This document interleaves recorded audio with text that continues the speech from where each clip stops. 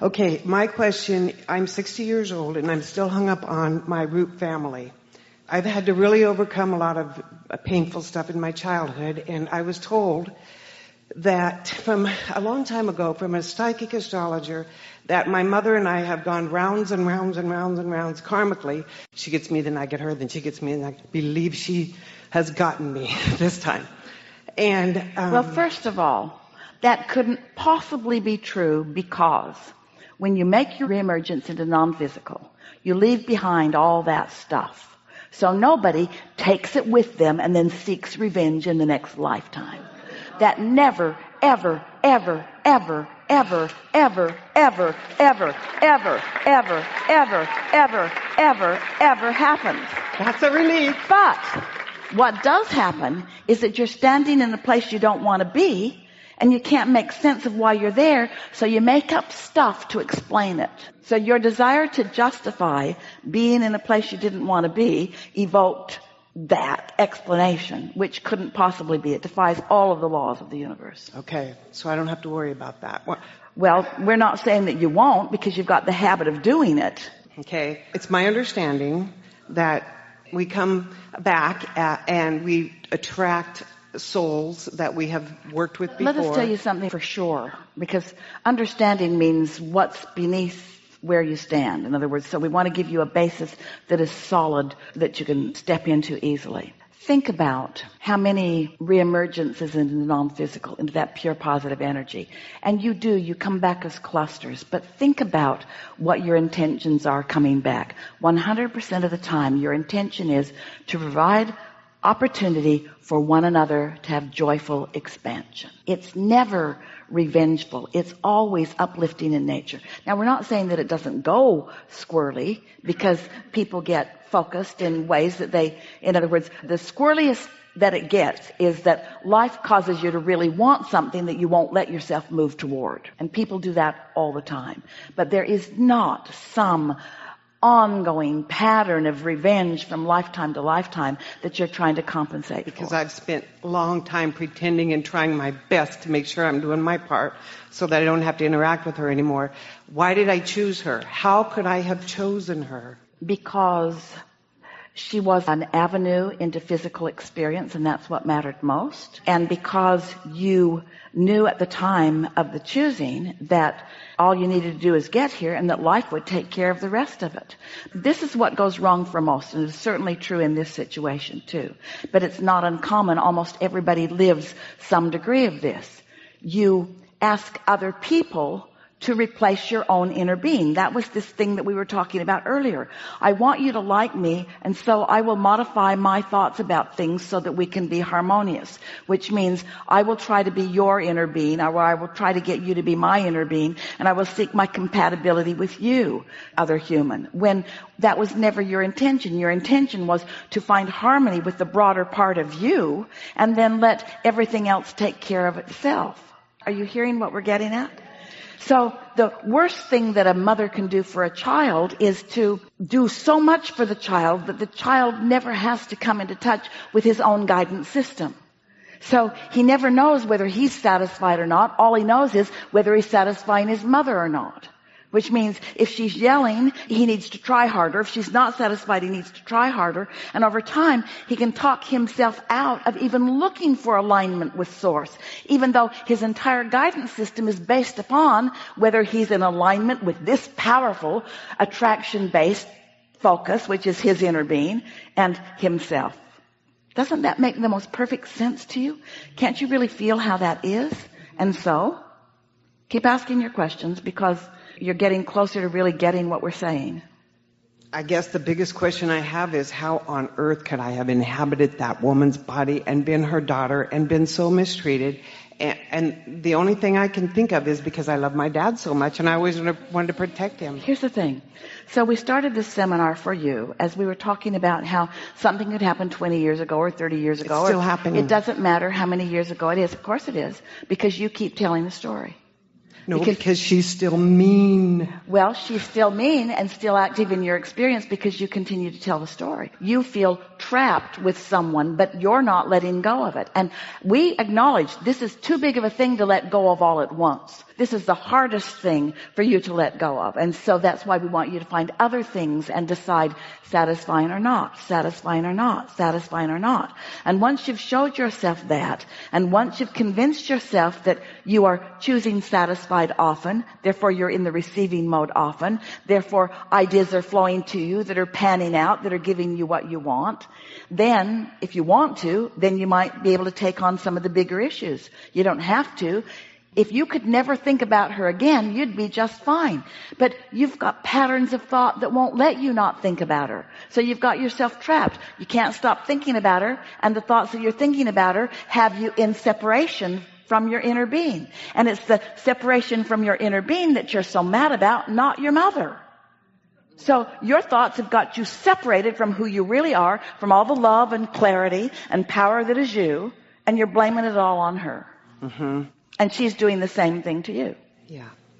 And I've been listening to you for a long time, and I remember Jerry saying that his mother wasn't as mean to Jesse and the others, so he knew that he was evoking something that caused her to mistreat him in, the way he felt. You know what he was evoking and what you're evoking? What? Clarity. Yes. A desire to be your own person. A desire to make your way in this world. A desire to find your true power. A desire to be able to find it unconditionally, no matter what else is going on. You're not still needing your mother for sustenance or for survival. You could let that relationship go. It was never meant to be that eternal thing, that forever thing in this lifetime anyway. Okay, good. So I don't have to ever concern myself about that again. But here's the thing. First of all, you can't go cold turkey. You're not going to just suddenly stop thinking about it. And next, you can't get to where you want to be by just cutting those ties altogether. I've already cut them. No, you haven't. She might as well be sitting on your lap. I agree 100%. You're absolutely right. But she cut all ties with me a couple of months ago and ordered me out, told me I wasn't welcome, give the land back. Ordered you out of where? Yeah, because I was there to protect my dad from her abusiveness and get him safe. And I stayed there and got him safe, and she ordered me out. Get out! You and I are never going to work. We've never worked. You've always run from me. And so Is she wrong?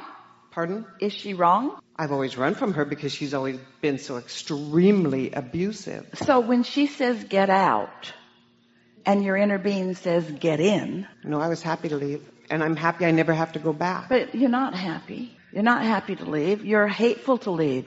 You're furious to leave. The action doesn't matter. It's how you feel that matters. And everybody, if they were following this and watching a reality TV show of it, or even just listening to what you're saying, everybody would understand why you feel like you do. In other words, you're not unjustified in any of this. You just can't get to where you want to be in the way that you are approaching it. And so we're not asking you to call somebody who's not lovable. We're not asking you to forgive her. We're not asking you to forgive yourself. We're not asking you to even look at something that needs to be forgiven. We're asking you to acknowledge that from the relationship, a whole lot of desire was put into your vortex that you are denying with every thought about her.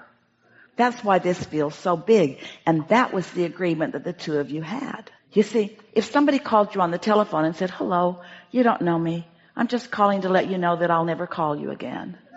You'd say, all righty then. But if someone you really care about says that to you, you would feel some strong discord.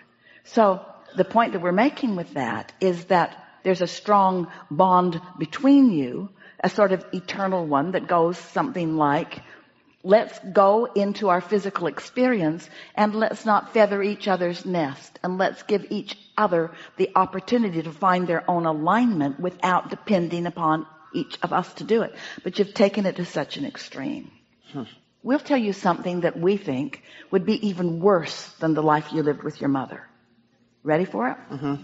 A mother that is so attentive to you that anything you want, she just rushes in and provides. She just rushes in and makes sure that you've got it. So contrast doesn't mean that much to you. There's never a gap for you to figure out how to close.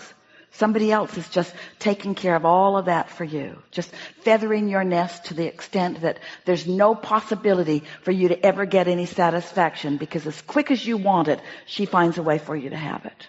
And so you never have that opportunity of your life giving you something new and you finding a way to line up with it, which is what invincibility and autonomy and that feeling of joyous success is, you see. That would be far worse. I'd like a little of But it. that's not, well, you're a comedian too, but that's not what most of the world would say. Most of the world would say a mother like that is an angel sent from God, and a mother like you've got is a demon sent from the devil. And we say, nobody's sending anybody anywhere. You are creating your own reality. So when you bump up against things, we acknowledge that it would be nice if you could meet up with someone like us who knows all of this stuff and can give it to you earlier in life before you've suffered so much. Because when you suffer, you practice the thoughts that make you suffer. And that's why we keep saying to you, nobody expects you to just give them up all at once. But you are the perfect example of someone standing in a wretched place that you don't deserve to stand, and knowing with every fiber of your being that life should be better for you. It should have been better for you, and it should be better for you now. And you can't for the life of you figure out why you would be standing here, because you've got this vortex that's calling you in such a strong way toward love and ease and flow and clarity. And so the logical thing is just to look back at that and blame it again and again and again and again. Well, you nail your own feet to the floor because you can't change her. She says that. Ain't nobody going to change me, Carlene. And what you want to say back to her is, it's not your change I'm working on, Mom. It's my own. Yeah, definitely. It's my own. It's my own. I want to appreciate you for the contrast you provided and for the desire that you and I gave birth to. And now I'm going to do my best to get out like you suggest and to focus in the direction of who I really am. But you're not going to find what you're looking for as long as you're blaming her. And you know, the blame that you feel for her, we even like it. We do. And this is why. Because the powerful, everybody in the room felt it, the powerful revenge or hatred or whatever you want to call it that you feel toward her is nothing more than an indicator of how much this is calling you and how terrible it feels to you to not go. Okay. We'll give this to you in a way that's easier for you to hear. Every relationship is like this. Every fight that every couple has, every discord that anybody has, is because life caused them to want something that somebody else didn't agree with, because they don't have the practice to focus upon what they want and get it. Instead, they're focused upon what the other is doing and using the other's beliefs as their own hindrance, and then they're blaming the other for them not going where they want to go.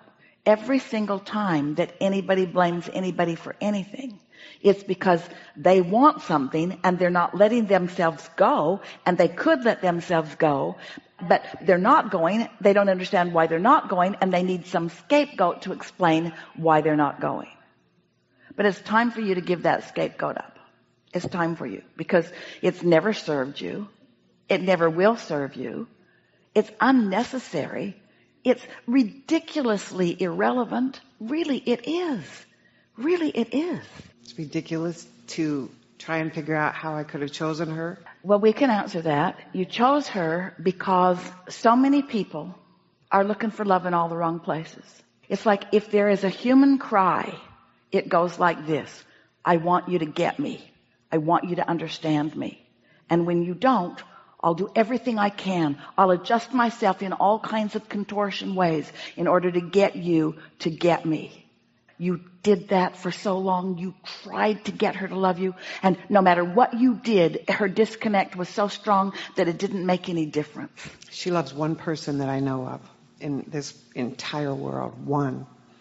Well, you don't even know if that's true, and you don't know she if there says were so. Well, she's reliable. She says so. She boasts it. She might love my dad somewhere down her big toe, she said. But there's one person we all know she loves, and that's it. And it feels good to me that when I go to LeGrand now, I don't have to go here's the see thing. her. I can go see him. Everybody wants love. But when you're looking for love from other people, you're dependent upon something that's really important. they got to be in the receiving mode or they've got no love to give.